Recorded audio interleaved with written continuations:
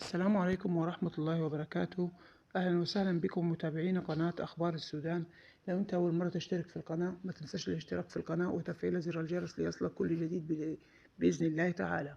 حمدوك يدعو قيادة الجيش للقاء عاجل لبحث وقف الحرب. جدد رئيس الوزراء السوداني السابق عبد الله حمدوك اليوم الأربعاء دعوته قيادة الجيش السوداني للقاء عاجل لبحث سبل وقف الحرب في البلاد. وقال حمدوك عبر منصة إكس: لسنا الدولة الوحيدة التي تتعرض لتجربة حرب، ولكن الشعوب الحية هي التي تحول الكوارث إلى فرص لصناعة مستقبل باهر. لذلك أجدد اليوم دعوتي إلى قيادة القوات المسلحة للقاء عاجل لتدبر فيه سبل وقف الحرب وإنقاذ بلادنا من التفتت.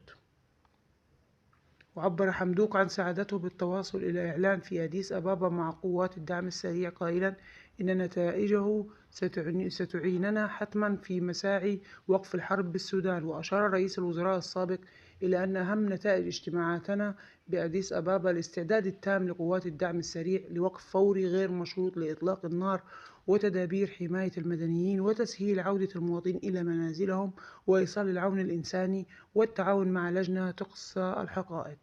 كما ذكر حمدوك أنه في اجتماعاته مع قائد قوات الدعم السريع محمد حمدان دقلو عقد نقاشا سودانيا صريحا حول الحرب العبثية وآثارها الكارثية وما يتعرض له المدينون من ولايات في كل أنحاء الوطن.